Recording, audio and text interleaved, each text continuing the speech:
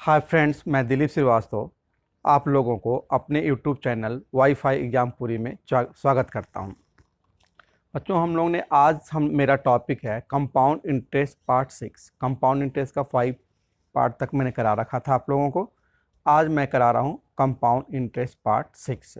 Compound interest part 6 में हम लोगों को देखना होगा कि बहुत डिफरेंट टाइप के क्वेश्चन बनकर आते हैं जो कि बहुत ही मुश्किल होते हैं अगर उसको हम लोग ट्रेडिशनल मेथड से, बेसिक मेथड से या फार्मूले को यूज कर करें तो। अब उसे हम लोग कॉन्सेप्ट से कैसे करेंगे, यही सिखाने के लिए मैं आप लोगों को पार्ट 6 लेकर आया हूँ। तो अब देखते हैं कि पार्ट 6 में कैसे क्वेश्चन आते हैं। तो क्वेश्चन मैं आपको लिखते चले जाऊँगा और फिर समझाते चले जाऊँगा। पहला एक क्वेश्चन बोर्ड पर आपको नज़र आ रहा है कि रुपीज़, पहला क्वेश्चन नंबर फर्स्ट है। क्वेश्चन नंबर फर्स्ट है कि ₹6100 was partially invested in scheme A at 10% per annum compound interest. बोला कि 6100 रुपये एक पर्सन जो है 6100 रुपीज़ लगाया, जिसमें से कुछ पैसे को 10% स्कीम ए में लगाया, 10% पर एनम कंपाउंड इंटरेस्ट पर फॉर 2 ईयर, 2 साल के लिए, and partially in scheme B.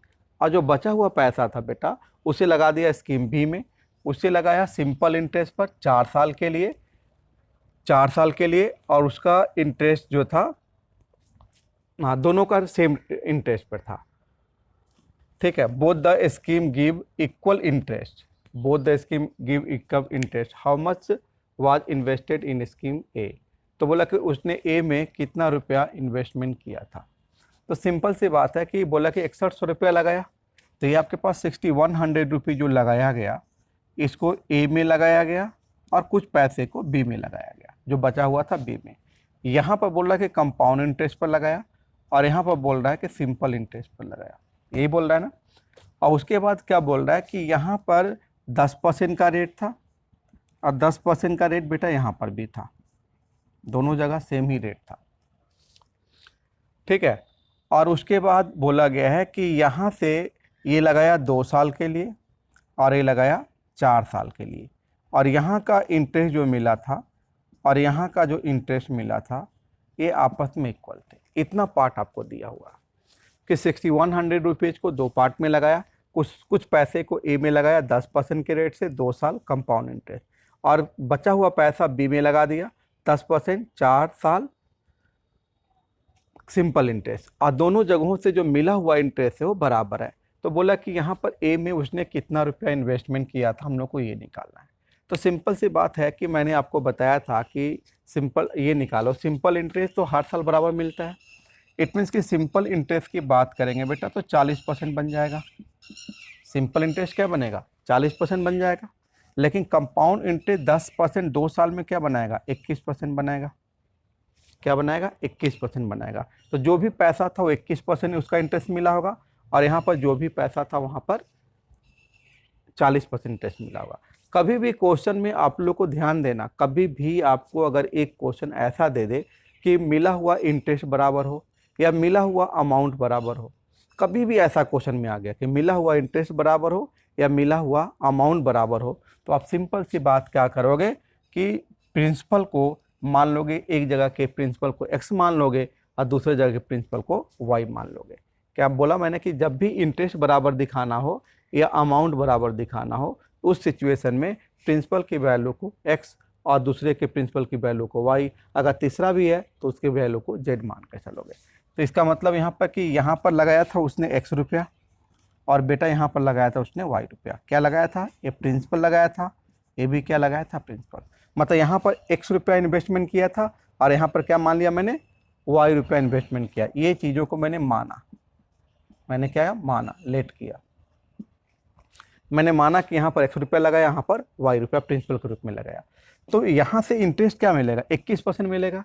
ये कैसे मिलेगा मैंने बता चुका हूँ कि 10% 2 साल अगर इंटरेस्ट बनाएगा, तो ये भी मेथड बताया था कि 10 + 10 + 10 इंटू 10/100। तो इसको सॉल्व करते हैं तो 20 + A1 हो जाएगा, तो 21%।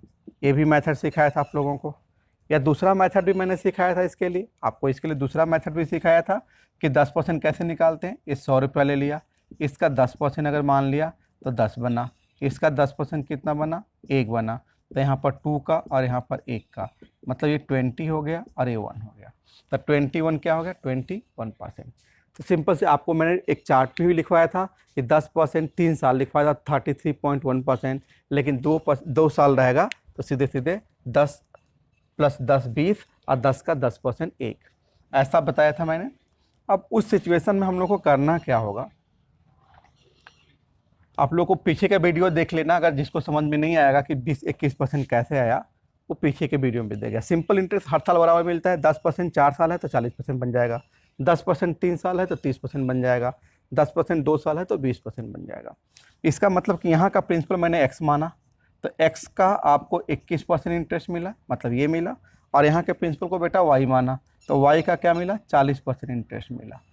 और ये क्वेश्चन के अकॉर्डिंग बोल रहा है कि बराबर है, क्वेश्चन के अकॉर्डिंग बोल रहा है कि दोनों जगहों से मिला हुआ इंटरेस्ट जो था बराबर है, मतलब कि x का 21% और y का 40% आपस में बराबर होगा। इसे जब मैं सॉल्व करने चलेंगे तो ये वैल्यू कट जाएगी।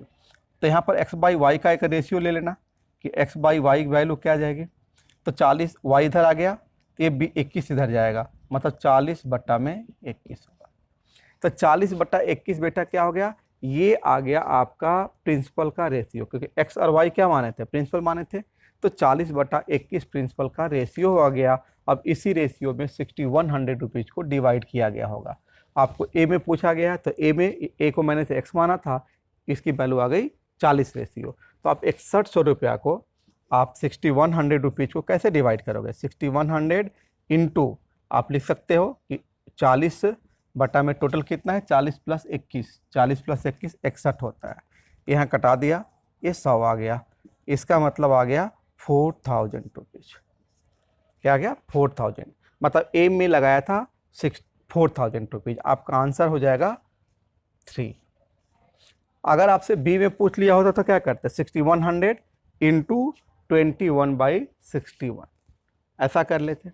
तो एक क्वेश्चन मैं आप लोग को ये बता दिया, बहुत ही सिंपल तरीका से क्वेश्चन, ये तो आपका क्वेश्चन दिया हुआ है, ये सॉल्यूशन का पार्ट नहीं है, ये तो दिया हुआ है, मैंने बस लिख दिया केवल। पर सॉल्यूशन क्या हम लोग के पास, ये सॉल्यूशन है और ये सॉल्यूशन, बस 2 लाइन का सॉल्यूशन यहाँ पर है, इतने बड़े क्वेश्चन का, इतने मुश्किल क्वेश्चन का।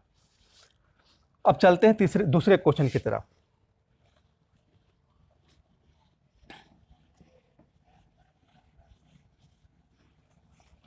दूसरा क्वेश्चन एक ले रहा हूँ, सेम ऐसे ही क्वेश्चन है, उसको भी लेकर देख रहा हूँ कैसे बनेगा। ये सभी आए हुए क्वेश्चंस हैं आपके एग्जाम के। अब यहाँ पर दिया कि ₹7350, अगला क्वेश्चन है ₹7350 was partially invested in scheme A at 10% per annum compound interest per annum and partially invested in B at 7%, partially invested in B at 7% per annum simple interest for 4 years. Both the scheme give equal interest. Same question है, बस digit change कर दिया गया है, और इसमें पूछा गया कि उसने ए में कितना लगाया। अब यहाँ पर ऑप्शन चेंज हो जाएंगे आपके, यहाँ पर ऑप्शन चेंज हो जाएंगे। अब क्वेश्चन क्या है कि एक पर्सन जो है 7350 रुपीज़ लगाया, कुछ पैसे को ए में लगाया 10% पर एनम कंपाउंड इंटरेस्ट 2 साल के लिए, और बचे हुए पैसे को बी में लगाया 7% पर एनम सिंपल इंटरेस्ट 4 ईयर के लिए। और यहाँ भी बोला गया कि दोनों स्कीमों से जो मिला हुआ इंटरेस्ट था वो आपस में इक्वल था। तो आपसे पूछा ये गया है कि ए में उसने कितना रुपया लगाया था। तो देखो वही बात है कि आपको 7350 जो लगाया गया वो ए में लगाया गया और बी में। ये बेटा कंपाउंड इंटरेस्ट पर था और ये सिंपल इंटरेस्ट पर था। ये 10% था और 2 साल के लिए था, और ये 7% था और ये 4 साल के लिए था। यहाँ का इंटरेस्ट यही बता रहा है कि यहाँ का मिला हुआ इंटरेस्ट और यहाँ का मिला हुआ इंटरेस्ट बराबर था। तो मैंने क्या बताया कि ऐसे क्वेश्चनों को आप यहाँ के प्रिंसिपल को x मानोगे और यहाँ के प्रिंसिपल को y मानोगे, ये मानोगे ना।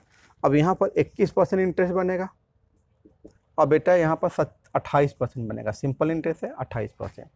मतलब हुआ कि x का 21% बराबर रहा होगा y का 28%, यही रहा होगा ना।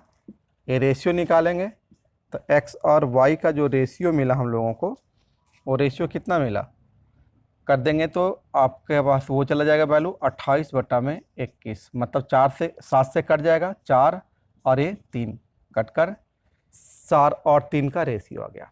मतलब एक्स और वाई में जो पैसा डिवाइड किया गया था बेटा 4 और 3 के रेशियो में था। ए में पूछा गया है कि ए में कितना लगाया, तो 7350 टोटल वैल्यू है, उसमें ए का पूछा गया है तो 4 है और टोटल वैल्यू 4 + 3 7 है। टोटल वैल्यू क्या है, 4 + 3 7 है, तो 7 लिख देंगे। अब यहाँ कटा लेंगे 7 से एक बार में 0, 7 × 5 = 35, ये पूरी वैल्यू कट गई। अब इसको मल्टीप्लाई करेंगे तो ये हो गया 0, ये हो गया 0, ये हो गया 2, ये हो गया 4, मतलब 4200 रुपीज़ ए में लगाया गया था। अब ए में पूछा गया ना कि ए में कितने लगाया, तो ए में जो पूछा गया तो ए में टोटल वैल्यू में से 4200 रुपीज़ ए में उसने इन्वेस्टमेंट किया था। तो देखो बहुत ही सिंपल तरीका से इन क्वेश्चनों को हम लोग कर सकते हैं अगर हम लोग के पास थोड़ा सा कॉन्सेप्चुअल तरीका से स्टार्ट करें क्वेश्चनों को। तो अब अगला क्वेश्चन लेते हैं, क्वेश्चन नंबर 3 आज का। उम्मीद करते हैं कि आप लोग को ये वीडियो समझ में आ रही होगी। अब बेटा अगर आपको वीडियो समझ में आ रही होगी तो मैं ये बोलता हूँ कि इस वीडियो को आप अपने फ्रेंड सर्कल में सब्सक्राइब और शेयर ज़रूर कराएँ, जिससे कि मैं चाह रहा हूँ कि आप लोग के साथ लाइव क्लासेस में आ जाऊँ बहुत जल्दी से जल्दी। इसलिए इसमें मुझे कुछ रिक्वायरमेंट है कि मेरा जो है सब्सक्राइबर होना चाहिए। तो इसलिए मैं बोल रहा हूँ कि वीडियो को आप लोग देखते ज़रूर हैं, अच्छी बात है, और साथ साथ आप सब्सक्राइब भी करें वीडियो को ज़रूर। क्वेश्चन नंबर 3 ले रहे हैं।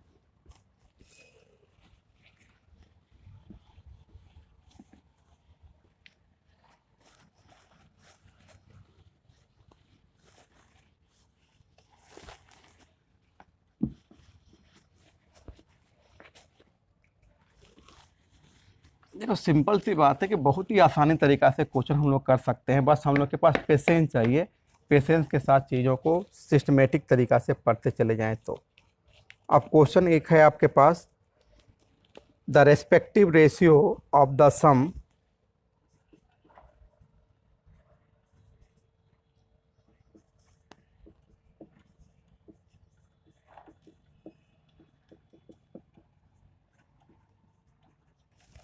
of the sum invested for 2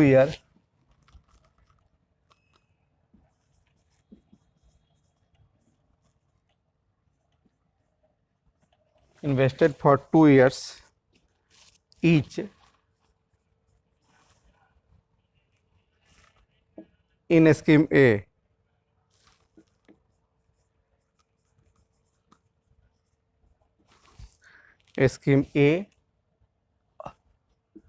offer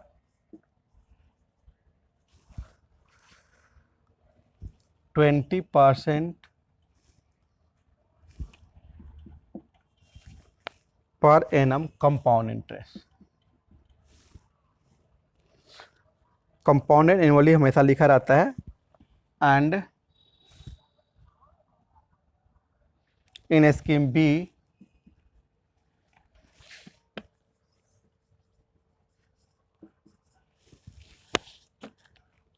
be offer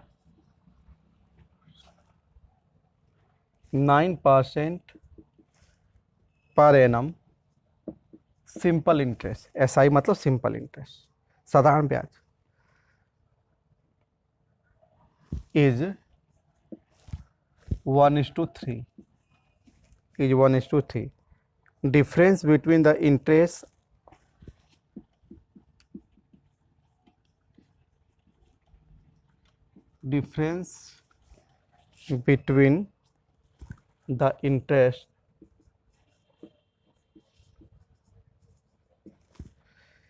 between the interest earned from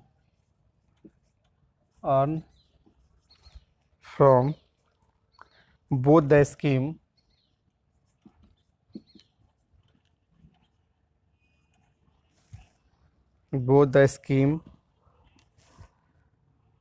is rupees 12,000।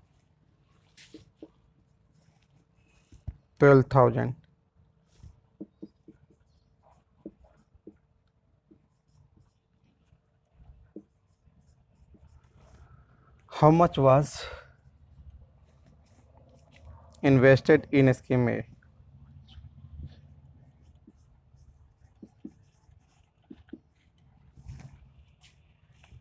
12,000 करना, इन्वेस्टेड इन स्कीम ए, ये आपका क्वेश्चन है। इसमें 4 ऑप्शन भी दिए हैं। देखो क्वेश्चन बहुत ही सिंपल है कि the respective ratio of the sum invested for 2 year each of the scheme A offer 20% per annum compound interest, in scheme B offer 9% per annum simple interest is 1:3. The difference between the interest earned from both the scheme is rupees 1200. How much was invested in scheme A? बोला कि कोई व्यक्ति जो है 2 scheme में पैसा लगाया, ए में लगाया और बी में लगाया। कोई व्यक्ति जो है 2 स्कीम में पैसा लगाया, ए में लगाया बेटा और बी में लगाया। ये लगाया कंपाउंड इंटरेस्ट पर और ये लगाया सिंपल इंटरेस्ट पर। और यहाँ पर जो पैसा लगाया गया था 20% के रेट से लगाया गया था और यहाँ पर जो पैसा लगाया गया था 9% के रेट से लगाया गया था। ठीक है, और 2 साल के लिए दोनों जगह, यहाँ भी 2 साल के लगाया गया था और यहाँ भी 2 साल के लगाया गया। बोला गया इन्वेस्टेड फॉर 2 ईयर ईच, दोनों को 2 साल के लगाया गया था। लेकिन जो इन्वेस्टमेंट का रेशियो था, जितना पैसा लगाया था उसका रेशियो था 1:3। मतलब जो प्रिंसिपल का रेशियो मेंशन किया गया कि यहाँ का जो प्रिंसिपल था ए स्कीम में और जो बी स्कीम में जो प्रिंसिपल का रेशियो थे वो रेशियो 1:3 थे। और टोटल जो इंटरेस्ट मिला था, मतलब यहाँ से जो इंटरेस्ट उसे बना था और यहाँ से जो इसे इंटरेस्ट बना था, इन दोनों की वैल्यू को अगर देखा गया तो 1200 के बराबर था। तो बोला गया कि उसने स्कीम ए में कितना रुपया लगाया गया था कि उसे ए और बी का इंटरेस्ट मिलाकर 1200 रुपीज़ था। अब हम लोग ने यहाँ पर प्रिंसिपल का रेशियो तो दिया ही हुआ है कि प्रिंसिपल का रेशियो 1 है और यहाँ पर 3 है। तो देखो सॉल्व करने चलते हैं इसके आंसर को। अब यहाँ पर अगर कंपाउंड इंटरेस्ट है 2 साल 20% 2 साल, 20% 2 साल को कैसे लिख सकते हैं, 20 प्लस कंपाउंड इंटरेस्ट है 20 प्लस 20 इंटू 20/100, ये भी लिख सकते हैं। आपको सिखाया हूँ मैंने इसे निकालने, तो इसे हम लोग 44% बोल सकते हैं। जैसे 10% 2 साल 21% बनता था बेटा, सेम मेथड से 20% 2 साल की अगर बात करते हैं तो 44% बनता है। तो ये वैल्यू 44% का इंटरेस्ट दे रही है और यहाँ पर इंटरेस्ट 2 साल सिंपल इंटरेस्ट है तो 18% ही बनेगा। सिंपल इंटरेस्ट तो बराबर बनता है। तो इस केसेस में हम लोग को क्या करना है कि यहाँ का प्रिंसिपल दिया हुआ है कि मान लो कि यहाँ पर 1x है और यहाँ पर 3x है, तो 1x का 44% इंटरेस्ट मिलेगा। तो यहाँ का इंटरेस्ट देखें तो x का 44% बन जाएगा और यहाँ पर 18% बनेगा, तो 3x का 18% बनेगा। और इन दोनों को जोड़ दिया तो बेटा इन दोनों को जोड़ने के बाद ही 1200 रुपये आया था। यही बात है। इसको अगर सॉल्व करते, कटाते नहीं हैं, इसको सॉल्व करते हैं तो एलसीएम मेरा 100 आ जाता है। इससे सॉल्व करते हैं तो 44x हो जाता है और जब इससे सॉल्व करते हैं 54 हो जाता है, x हो जाएगा। बराबर क्या हो जाएगा, 1200 रुपीज़ हो जाएगा। इसे भी अगर सॉल्व कर लेते हैं, इन दोनों को अगर ऐड कर लेते हैं तो 98x हो जाता है। 98x बाई 100 इक्वल टू आ जाएगा आपके पास 1200 रुपीज़। दोनों से मिला इंटरेस्ट क्या था, यहाँ पर 1200 रुपया था। तो यहाँ पर ये देख लिया। तो आपने सॉल्व क्या करना है, अब इस क्वेश्चनों को सॉल्व कर दो सिंपल तरीका से। अब यहाँ पर x की वैल्यू निकाल लो, आंसर हो जाएगा आपका। x की वैल्यू निकाल कर a में सॉल्व कर दो।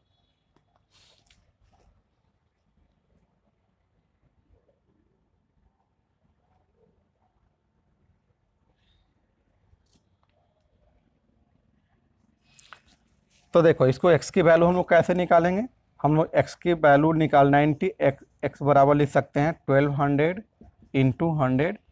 जब x की वैल्यू निकालेंगे, शायद नीचे ना दिखे आप लोग को, मैं ऊपर लिख दे रहा हूँ कि नीचे ना दिख पाए। तो x की वैल्यू आपके पास मैं लिख दे रहा हूँ कि 1200 इंटू 100 बाई 98 होगा, 99 नहीं होगा, ये 98 होगा। इसे सॉल्व कर लेंगे, हम लोग के पास x की वैल्यू आ जाएगी और x में बैठा देंगे तो इसकी वैल्यू आ जाएगी। शायद यही क्वेश्चन था।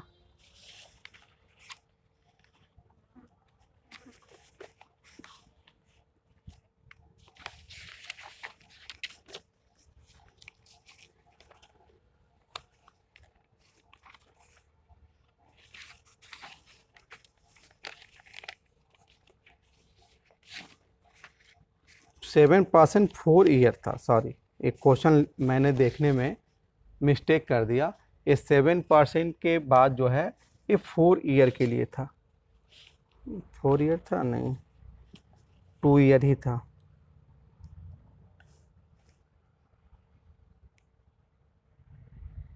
9% 2 ईयर था, तो 9% 2 ईयर था, तो 18 ही आएगा। इसमें कहाँ गड़बड़ हो रहा है?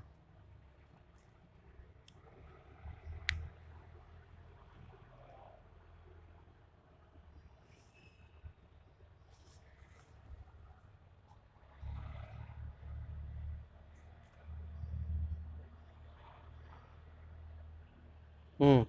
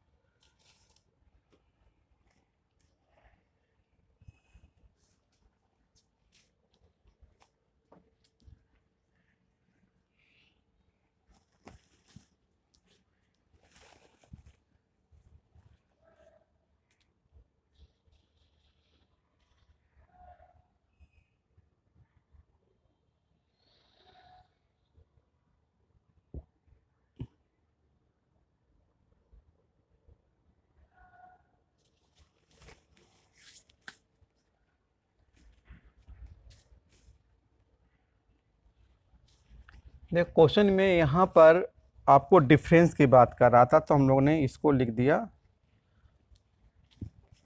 डिफरेंस, और यहाँ पर हो गया आपका डिफरेंस। डिफरेंस का मतलब हमेशा बड़े में से छोटे वैल्यू को माइनस करना होता है। देखो डिफरेंस का मतलब फिर से एक बार देख लीजिए।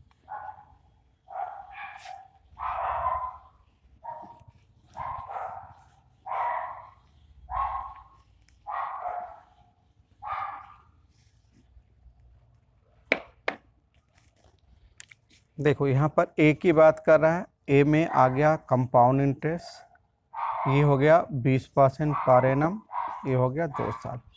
बी में हो गया simple interest 9% per annum 2 year. यहाँ का इंटरेस्ट और यहाँ का इंटरेस्ट का डिफरेंस है 1200 रुपया। अब प्रिंसिपल का रेशियो दिया है 1:3, मतलब जो पैसा लगाया गया है 1:3 में है। तो इसे हम लोग करेंगे क्या बेटा? देखो अब सिंपल सी बात है कि यहाँ के इंटरेस्ट अगर निकालें तो 44% हो जाएगा। 20% 2 साल अगर करते हैं तो 20 + 20 + 20 इंटू 20/100, इसको सॉल्व कर लेते हैं तो 44% होता है, मतलब 44% का इंटरेस्ट होगा, और ये तो 18% ही बनेगा। अब क्या करोगे आप कि यहाँ के प्रिंसिपल को 1x मान लिया, और 1x का 44% इंटरेस्ट मिलेगा, और यहाँ के प्रिंसिपल को 3x मान लिया, तो यहाँ का 18% मिलेगा इंटरेस्ट। ठीक है, तो इनका डिफरेंस अगर हम लोग देखें तो यहाँ पर बेटा 44x हो जाएगा, और इसको देखेंगे तो 18×3 = 0.54x हो जाएगा।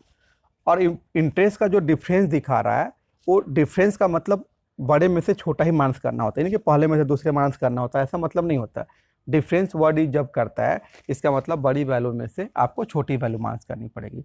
तो बोल सकते हैं कि 54x माइनस 4x की जो वैल्यू है वो 1200 है, पॉइंट में है, 1200 रुपये के बराबर है। तो इसको माइनस करते हैं तो 0.10x हो जाएगा, जिसकी वैल्यू कितनी हो जाएगी? 1200 हो जाएगी। तो आपको ये निकालना है कि x की वैल्यू क्या थी, तो x की वैल्यू निकालोगे तो 1200 डिवाइड बाई 1.0 करोगे। तो इसको सॉल्व करने के बाद पॉइंट हटाने के बाद 2 ऊपर चला जाएगा, 0 पॉइंट हट गया, मतलब इसकी वैल्यू आपके पास इतनी आ गई। कितने जीरो हो जाएंगे? 4 जीरो हो जाएंगे। तो ये वैल्यू आपका हो जाएगा आंसर 1,20,000। इसका आंसर क्या हो जाएगा? 1,20,000 रुपया जो लगाया गया था, ए स्कीम में लगाया गया था। तो इस तरह से इन क्वेश्चनों को हम लोग सॉल्व करते हैं। मान लो कि यहाँ पर दिया तो कि सीधे सीधे इसको सॉल्व करने पर क्या होगा, डिवाइड किया तो 0.44x हो गया, इसको डिवाइड किया तो 0.54x हो गया। डिफरेंस की बात कर रहा है, प्रश्न के अकॉर्डिंग बता रहा है कि डिफरेंस था अकॉर्डिंग टू क्वेश्चन। डिफरेंस का मतलब बड़े में से छोटे माइनस करना। तो ये बड़ा वैल्यू था, ये छोटा वैल्यू था, मैंने माइनस कर दिया, जिसकी वैल्यू 1200 रुपया इसमें दिखाई गई है। एक्स की वैल्यू निकालेंगे तो यहाँ पर माइनस करने पर 0.10x हो गया, 0.10x हो गया, यहाँ पर 0 लगा दो, कन्फ्यूजन ना हो। तो x की वैल्यू निकालने के 0.10x हो जाएगा नीचे, तो पॉइंट को हटाएंगे तो ऊपर 100 हो जाएगा। इसका मतलब 1,20,000 रुपया इसमें इन्वेस्ट किया गया था। चलो अब आज के क्वेश्चन का ले रहा हूँ तीसरा नंबर, चौथा क्वेश्चन, ये तीसरा नंबर था, एक क्वेश्चन नंबर हम लोग का 3 था। आज का मैं चौथा क्वेश्चन ले रहा हूँ आपको। एक ऐसे ही क्वेश्चन ले रहा हूँ, सेम मेथड से क्वेश्चन ले रहा हूँ। ये question, the respective ratio between sum of investor for 2 year offering 20% per annum compound interest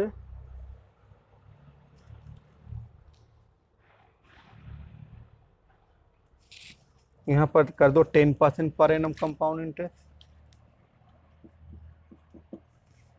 10% per annum compound interest for 2 year. Scheme B जो है 8% पर एनम कंपाउंड इंटरेस्ट,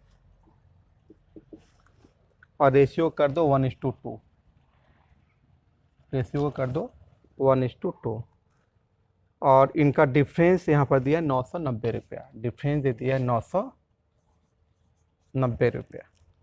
तो बोला गया कि ए में कितना रुपया इन्वेस्टमेंट किया गया था। सेम वही क्वेश्चन है कि एक पर्सन जो है 2 जगहों पर पैसा लगाया, जो पैसा लगाया उसको ए और बी 1:2 के रेशियो में लगाया, ए और बी में। ए में लगाया था उसने कंपाउंड इंटरेस्ट पर 10% का पर एनम, और ये 2 साल के लिए।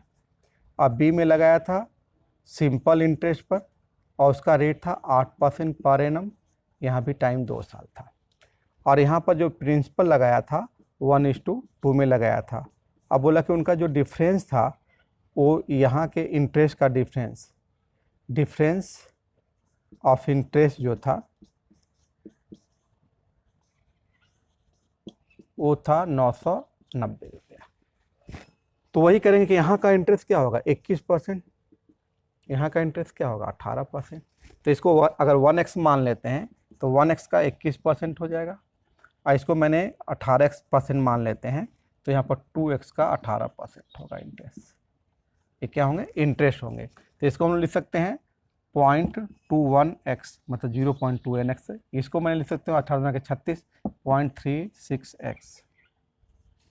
और यहाँ पर डिफरेंस की बात कर रहे हैं अकॉर्डिंग टू क्वेश्चन जो है, अकॉर्डिंग टू क्वेश्चन मतलब प्रश्न के अनुसार जो डिफरेंस दिखा रहा है, डिफरेंस कितना हो गया 0.36x माइनस 0.1x,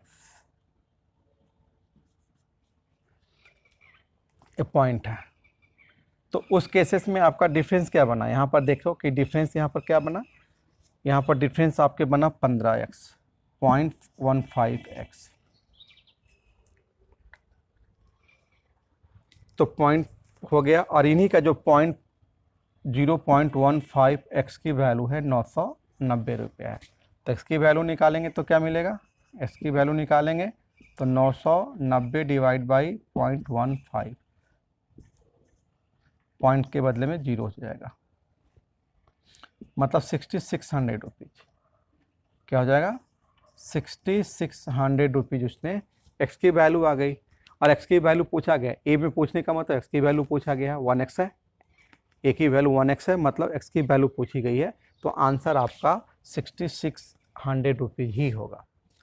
तो देखो ऐसे क्वेश्चन बहुत ही सिंपल तरीक़ा से बन जाते हैं, लेकिन बस हम लोग को छोटा सा कॉन्सेप्ट होना चाहिए।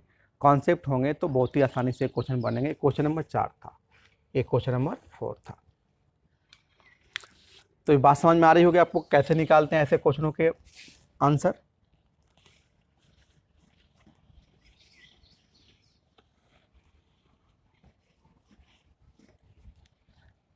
अब आज का क्वेश्चन नंबर 5 स्टार्ट करते हैं।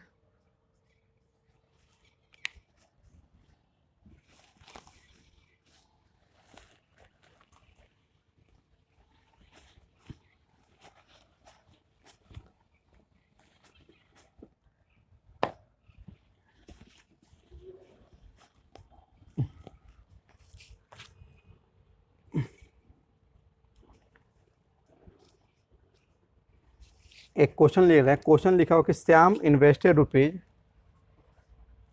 Shyam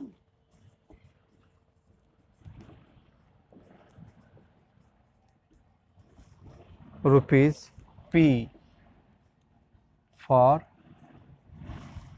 2 years in scheme A.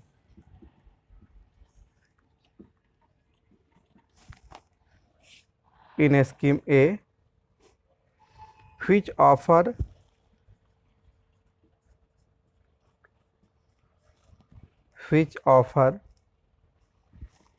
11% per annum simple interest.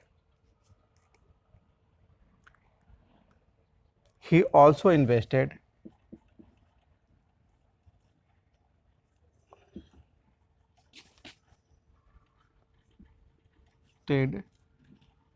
rupees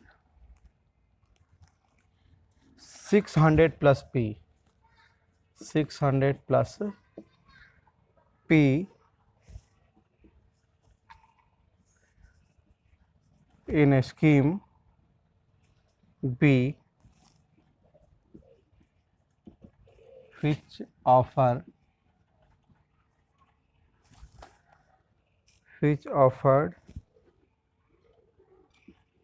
20% per annum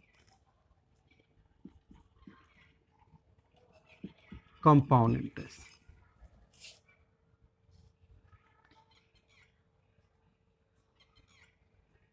For 2 years.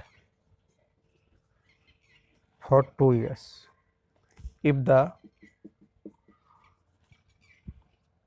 amount invested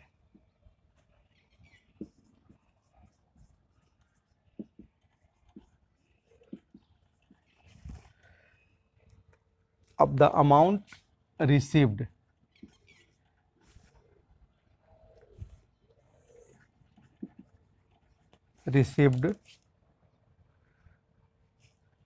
from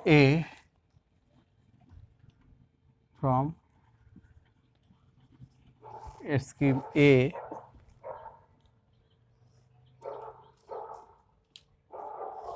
was less than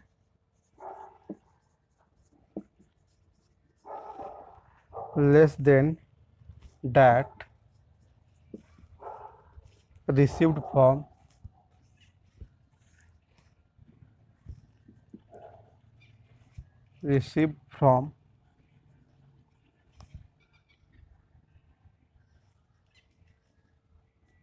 B by rupees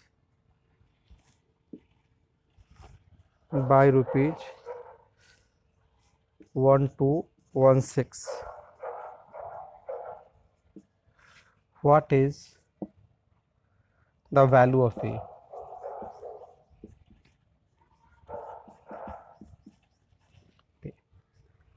देखो यहाँ पर क्वेश्चन दिया हुआ है कि श्याम जो है इन्वेस्ट किया 2 साल के लिए स्कीम ए में, जो कि 11% पर एनम सिंपल इंटरेस्ट था, और उसने 600 प्लस P रुपया लगाया स्कीम बी में, जो कि 20% पर एनम कंपाउंड इंटरेस्ट पर 2 साल के लिए ही था। यहाँ भी 2 साल था, वहाँ भी 2 साल था।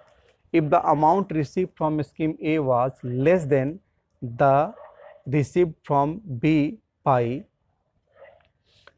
1216, what is the value of P. बोला कि उससे जो अमाउंट मिला, दोनों जगहों से जो अमाउंट मिला, वो ए का अमाउंट जो है बी के अमाउंट से 1216 रुपया क्या था, वो कम था।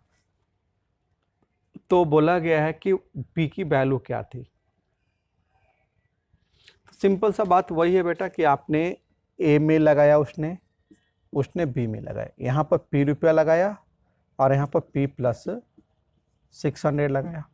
ये सिंपल इंटरेस्ट है और ये आपका कंपाउंड इंटरेस्ट है। ये आपका 11% के रेट से है, ये 2 साल के लिए, और ये 20% के रेट से है और ये है 2 साल के लिए। फिर बोला गया कि यहाँ का अमाउंट जो था, मतलब ये अमाउंट ज़्यादा था इसे अमाउंट से, मतलब इन दोनों के अमाउंट का जो डिफरेंस था ये था।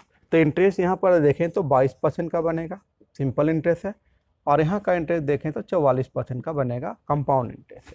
तो अमाउंट क्या होगा, मैंने आपको बताया था कि अगर 10% इंटरेस्ट है तो अमाउंट क्या बन जाएगा 110%, अगर 20% इंटरेस्ट है तो अमाउंट क्या बन जाएगा 120%। उसी प्रकार हम लोग बोल सकते हैं कि यहाँ का अमाउंट क्या मिला होगा, पहले यहाँ के अमाउंट में से यहाँ के अकॉर्डिंग टू क्वेश्चन, मतलब प्रश्न के अनुसार यहाँ का अमाउंट ज़्यादा था, यहाँ के अमाउंट से कितना 1216 रुपया ज़्यादा था। तो यहाँ का अमाउंट क्या बनेगा, पी का बेटा मिलेगा पी प्लस 600 का 144% अमाउंट बनेगा, 144% अमाउंट बनेगा, और यहाँ पर पी का जो बनेगा 122% इंटरेस्ट बनेगा, और इन्हीं का जो डिफरेंस दिखाया गया है वो 1216 रुपया के बराबर दिखाया गया है। अब इसको आप सॉल्व कर सकते हो बहुत ही सिंपल तरीका से, बिना कटाए हुए सॉल्व कर लो या कटा लो, कोई दिक्कत नहीं है। कटा लिया यहाँ पर हम लोगों ने, ये पी प्लस है, ऐसे ही छोड़ दो, ऐसे ही छोड़ दिया तो हम लोग ने एलसीएम ले लिया सीधे सीधे, आपका 100 एलसीएम हो गया। तो यहाँ पर पी प्लस 600 हो गया, पी प्लस 600 हो गया, और यहाँ पर हो जाएगा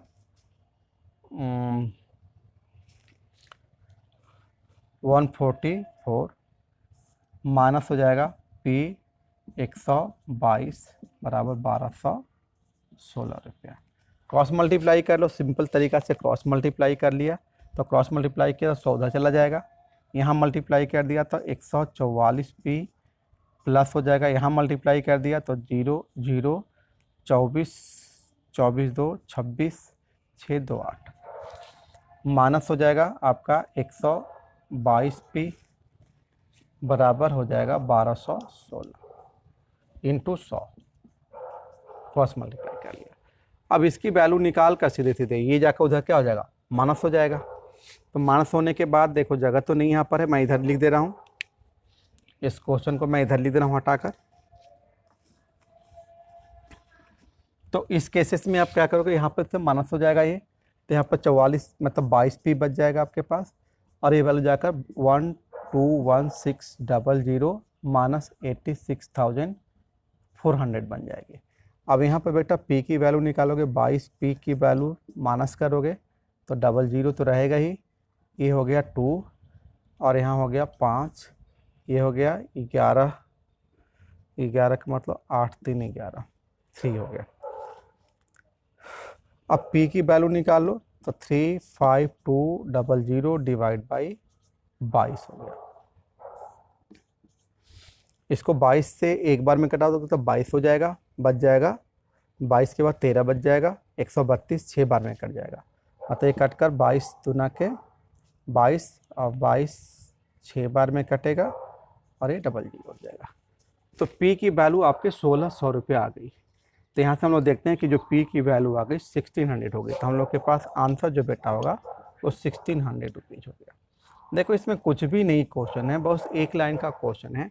आपको ये देखना होगा कि 10% 2 साल का जो इंटरेस्ट मिलेगा वो 22% मिलेगा, सिंपल इंटरेस्ट है 22% मिलेगा, तो 22% किसका मिलेगा ए का। तो ए में कितना लगाया था पैसा, P लगाया था, P का मिलेगा 122% अमाउंट बन जाएगा। फिर आपको देखना होगा कि बी में क्या लगाया, 2 साल के लगाया और 20%, मतलब इसका कंपाउंड इंटरेस्ट है तो 44% बन जाएगा। और एक किसका बनेगा, इसका बनेगा 600 प्लस P लगाया था, तो जो 6P प्लस 600 रुपये लगाया, 6P प्लस 600 बात एक ही है, प्लस में कोई दिक्कत नहीं आती है, तो उसका 144% अमाउंट बन जाएगा। अमाउंट होता क्या है कि जो भी लगाया उस जितना इंटरेस्ट मिल रहा है उसमें 100 और जोड़ देंगे। अगर 10% इंटरेस्ट है तो अमाउंट बन जाएगा 110%, अगर 20% इंटरेस्ट है तो अमाउंट बन जाएगा 120%। उसी प्रकार यहाँ पर अगर 2 साल में अगर देखें हम लोग तो 20% के रेट से 44% इंटरेस्ट मिलेगा, तो अमाउंट बन जाएगा 144%। बस इसी को सॉल्व कर लिया, इसको सॉल्व करने के बाद पी की वैल्यू आ गई, वही आपका आंसर होगा क्योंकि आपको वही पूछा गया था। तो ये आज हम लोग का कंप्लीट हो गया कंपाउंड इंटरेस्ट। ठीक है, अब अगले क्लास में कोशिश कर रहा हूँ कि आप लोग का एडवांस मैथ से स्टार्ट करूँ। एडवांस मैथ में अलजेब्रा या ट्रिग्नोमेट्री से स्टार्ट कर रहा हूँ। चलिए फिर मिलते हैं अगले वीडियो के साथ।